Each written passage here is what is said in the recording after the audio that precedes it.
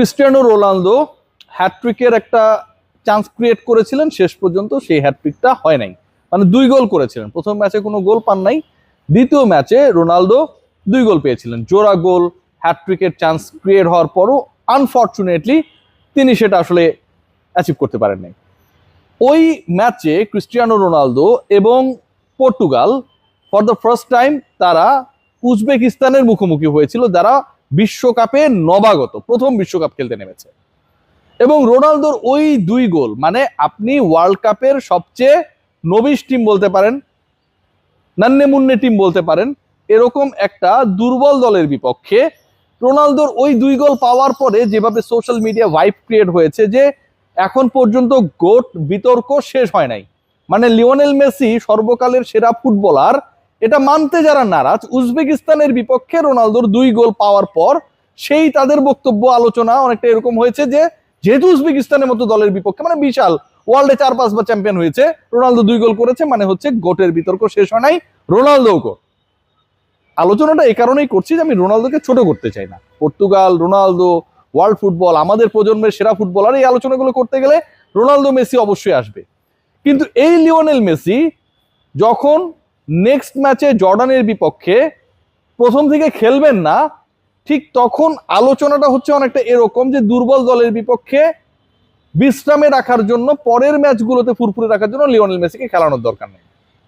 এক জায়গায় রোনালদো দুর্বল দলের বিপক্ষে গোল করছেন এবং সেই গোল পাবার কারণে রোনালদো ফ্যান যারা রয়েছেন তারা রোনালদোকে সর্বকালের সেরা ফুটবলারের যে বিতর্ক, যে আলোচনা, সেখানটায় রেলেভেন্ট করার চেষ্টা করছেন। আরেক জায়গায় উজবেকিস্তানের থেকে বেটার টিম জর্ডান তো উজবেকিস্তানের থেকে ভালো টিম, সেই জর্ডান যখন, বা সেই জর্ডানের বিপক্ষে যখন আর্জেন্টিনা নামবে, মেসিকে খেলাবে না, সেই ব্যাপারটাকে অনেকে ভ্যালিডেট করছে। আমি মনে করি লিওনেল মেসিকে নিয়ে যেই ডিসিশনটা হয়েছে এবং যেটার এক্সিকিউশন আগামীকাল ভোরবেলা আমরা দেখব, এটা টোটালি একটা রিডিকিউলাস সিদ্ধান্ত। কেন আমি এই আলোচনা করছি? দেখুন, এখন পর্যন্ত যদি আপনি খেয়াল করে দেখেন যে বড় বড় যেই দলগুলো রয়েছে, যারা অনেকগুলো কারণেই আসলে কিছু কি ফুটবলের উপর ডিপেন্ড করবেন এবং সেই ডিপেন্ডেন্সির কারণেই আসলে তারা চ্যাম্পিয়ন হওয়ার রেসে রয়েছেন, সেই জায়গায় সবচেয়ে আলোচিত নাম কি? আলোচিত নাম কিলিয়ান এমবাপ্পে নিশ্চয়ই। এমবাপ্পেকে কি আমরা দেখেছি যে তাকে হচ্ছে আসলে বড় একটা অ্যাচিভমেন্ট হয়ে গেছে, আমার কোনো পজিশন নিয়ে খুব বেশি টেনশন নাই, খেলা থেকে আমি দূরে রেখে দিলাম। লিওনেল মেসিকে আলটিমেটলি নেক্সট ম্যাচে প্রথম থেকে না খেলানোর সিদ্ধান্তটা আমার কাছে মনে হয় সুইসাইডাল, এ কারণে যে ফুটবলার 2 ম্যাচে 5 গোল করেছেন, এই মুহূর্তে টেবিলে তিনি টপে রয়েছেন। এখন এইরকম একটা সিচুয়েশনে যেই ফুটবলার গোল্ডেন বুট জয়ের পথে রয়েছেন, আর্জেন্টিনাকে পথ দেখিয়েছেন, এবং দুর্বল দলের বিপক্ষে তাকে সেই ইন্টেন্সিটি নিয়ে খেলানোর দরকার নেই। মেসির প্রেজেন্সটাই তো অনেক কিছু মিন করে। পুরো মেসি একটা পেনাল্টি মিস করেছে, খেয়াল করে দেখবেন যে পুরো আর্জেন্টিনার ফুটবলটাই যেন আউলে গেছে। হাইড্রেশন ব্রেক পর্যন্ত যেভাবে আর্জেন্টিনা পেনাল্টি মিসের পর খেলেছে, যে এক্সিকিউশন আমরা দেখেছি, যেভাবে নিজেদের উপর প্রেসারকে ইনভাইট করেছিল, সেই আর্জেন্টিনা ডিসাইড করছে, বা সেই আর্জেন্টিনার থিঙ্ক ট্যাঙ্ক ডিসাইড করছে লিওনেল মেসিকে প্রয়োজন নেই অন্তত প্রথমার্ধ পর্যন্ত। যার সামনে এরকম একটা গোল্ডেন অপরচুনিটি তার গোল সংখ্যাকে বাড়িয়ে নেয়ার, 2 ম্যাচ খেলেছেন, বড় কোনো ইনজুরি কনসার্ন নেই, সেই ফুটবলারকে আপনি শুরু থেকে খেলাবেন না। আপনি শুরু থেকে খেলান, পরের দিকে আপনি তাকে নামিয়ে দেন, 60 মিনিট 70 মিনিট খেলুক, তারপরে নেমে গেল। দ্যাট ইজ অ্যানাদার ফ্যাক্ট যে আর্জেন্টিনাকে এগিয়ে নিয়ে গেল লিওনেল মেসি, আরো 2-3টা গোল করলেন। এরপরে যদি তিনি না খেলেন, এটা কিন্তু কোনো গায়ে লাগবে না, কিন্তু আপনি শুরু থেকে তাকে খেলালেন না এবং পরবর্তী সময় আপনি থেকে 20-30 মিনিটের জন্য মাঠে নামাবেন। আমার কাছে মনে হয় এটা একটা গোল্ডেন অপরচুনিটি মিস করা। লিওনেল মেসি যেই ট্যালিতে এই মুহূর্তে টপে রয়েছেন, 5 গোল করেছেন, তার পেছনেই কিন্তু আমরা যদি দেখি নিঃশ্বাস ফেলছেন অনেকেই, 4 গোল করা অনেকেই রয়েছেন। এবং এই যে 4 গোল করে যারা করেছেন, এরা প্রত্যেকেই কিন্তু 3 ম্যাচ করে খেলেছেন। 2 ম্যাচে 5 গোল করা লিওনেল মেসি 3 ম্যাচ পুরোপুরি খেলবেন না, 2.5 ম্যাচ তিনি খেলবেন। তারপরে রয়েছেন উসমান ডিম্বেলে, তিনি করেছেন 4 গোল। কিলিয়ান এমবাপ্পে, তিনি করেছেন 4 গোল। আর্লিং হল্যান্ড করেছেন 4 গোল। মানে আমরা যেটা দেখছি সেটাতে হচ্ছে কি দাঁড়াচ্ছে, ভিনিসিয়াস জুনিয়র করেছেন 4 গোল। এই যে ফুটবলাররা, এই প্রত্যেকের উপর হচ্ছে তাদের দল নির্ভরশীল এবং এই নির্ভরশীল ফুটবলারদেরকে তারা খেলিয়ে যাচ্ছেন।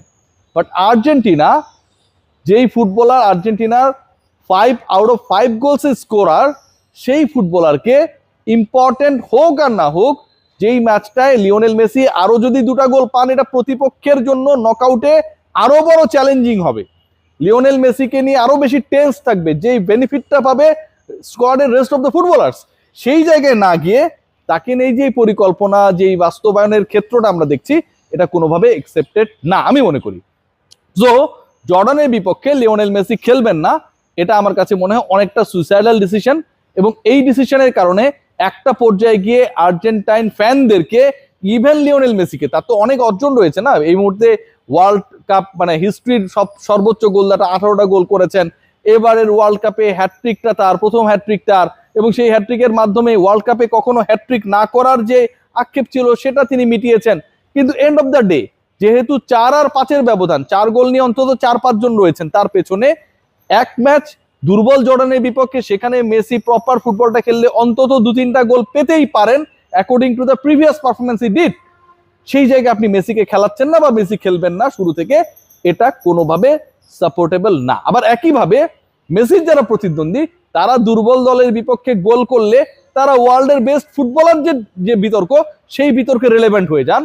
আবার লিওনেল মেসির ক্ষেত্রে দুর্বল দলের বিপক্ষে তার খেলার দরকার নেই, এরকম তত্ত্বকে আমরা রিলেভেন্ট করার চেষ্টা করি। সো পুরো ব্যাপারটা যদি আপনারা দেখার চেষ্টা করেন, এটা কোয়াইট ইন্টারেস্টিং এন্ড বিরক্তিকর আমার কাছে মনে হয় যে আপনি জর্ডানের বিপক্ষে লিওনেল মেসিকে শুরু থেকে খেলাবেন না। এখন আরেকটা ডিসকাশন হওয়া দরকার, এই ডিসকাশনটা আমি একটু শর্টলি করতে চাই।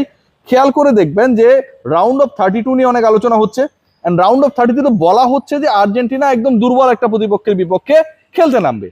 আমার প্রশ্নের জায়গাটা হচ্ছে, যেই দলের বিপক্ষে আর্জেন্টিনা খেলতে নামবে, সেই দল এখন পর্যন্ত এবারের বিশ্বকাপে অপরাজিত, তাদের কেউ হারাতে পারে নাই, কেউ হারাতে পারে নাই। নাম্বার 2, অন্য দলগুলোর স্ট্যাটাসটা কি? অন্য দলগুলো আসলে কি সবাই বিশাল বিশাল কঠিন প্রতিপক্ষের বিপক্ষে, প্রিভিয়াসলি ওয়ার্ল্ড কাপ জয়ী দলের বিপক্ষে খেলতে নামবে, নাকি তাদের ক্ষেত্রে আর্জেন্টিনার মতো দলই, আর্জেন্টিনা যেরকম প্রতিপক্ষ পেয়েছে অনেক ক্ষেত্রে তাদের থেকে সহজতর প্রতিপক্ষ ওয়েট করছে? খেয়াল করে দেখুন, ব্রাজিল খেলবে জাপানের বিপক্ষে, স্ট্যাট যদি দেখেন 13 ম্যাচ ব্রাজিল জাপান মুখোমুখি হয়েছে, 10টায় ব্রাজিল জিতেছে, 2টা ড্র হয়েছে, একটা হেরেছে। সো ব্রাজিল জাপান ম্যাচকে আপনি যদি বিবেচনা করার চেষ্টা করেন, সেখানটায় ব্রাজিল কমপ্লিটলি একটা দুর্বল প্রতিপক্ষ পেয়েছে। আপনি যদি খেয়াল করেন জার্মানি প্যারাগুয়েতে জার্মানি যারা হচ্ছে কুরাসাওয়ার এগেনস্টে 7-আপ করেছিল, প্যারাগুয়ের বিপক্ষে তাদের ম্যাচ, এটাকে খুব ডিফিকাল্ট মনে হচ্ছে। প্যারাগুয়ের সাথে যদি আর্জেন্টিনা খেলা হইতো সবাই বলতো আর প্যারাগুয়ে আর্জেন্টিনা, জার্মানির সাথে প্যারাগুয়ে খেলবে সেই আলোচনাটা কেউ করবে না। খেয়াল করে দেখুন ফ্রান্সের সাথে সুইডেনে খেলা, সুইডেন নেদারল্যান্ডসের বিপক্ষে 5 গোল খেয়েছিল, সেই সুইডেনের বিপক্ষে গতবারের রানার্স আপ, তার আগের আসরের চ্যাম্পিয়ন ফ্রান্স খেলবে। সো এটাকেও নাকি বিশাল প্রতিপক্ষ হয়ে গেছে, অথচ যেই দলটা 5টা গোল খেয়েছে, সুইডেনের কথা আমি বলছি, নেদারল্যান্ডসের বিপক্ষে, সেই সুইডেন বিশাল প্রতিপক্ষ ফ্রান্সের এগেনস্টে, সেটা নিয়ে কেউ কথা বলে না। আর যেই দল হচ্ছে বিশ্বকাপে এখন পর্যন্ত অপরাজিত, আর্জেন্টিনা, যাদের বিপক্ষে রাউন্ড অফ 32-তে খেলতে নামবে, যারা অপরাজিত এখন পর্যন্ত, আর্জেন্টিনাও টিল নাও অপরাজিত, যেহেতু লাস্ট ম্যাচটা হয় নাই, সেই দলটা নাকি আবার সহজ প্রতিপক্ষ। সো এই যে ডিবেটগুলো হয়, রোনালদোর মতোই অনেকটা ডিবেটটা হয় যে উজবেকিস্তানের বিপক্ষে 2 গোল করলে এটা যেন ওয়ার্ল্ড কাপ ফাইনালে গিয়ে তিনি 2 গোল করে পর্তুগালে জিতায় ফেলেছেন, এরকম টাইপ। আর লিওনেল মেসি ধরেন হচ্ছে জর্ডানের বিপক্ষে গোল করলে সেটা কোনো গুণার মধ্যে ধরা হবে না। সো এই বিতর্কগুলো থেকে বের হই। একই সাথে আমার কাছে মনে হয় এটা setback for Lionel Messi not to be the part of the starting line up of Argentina in the next match. সবাই ভালো থাকবেন।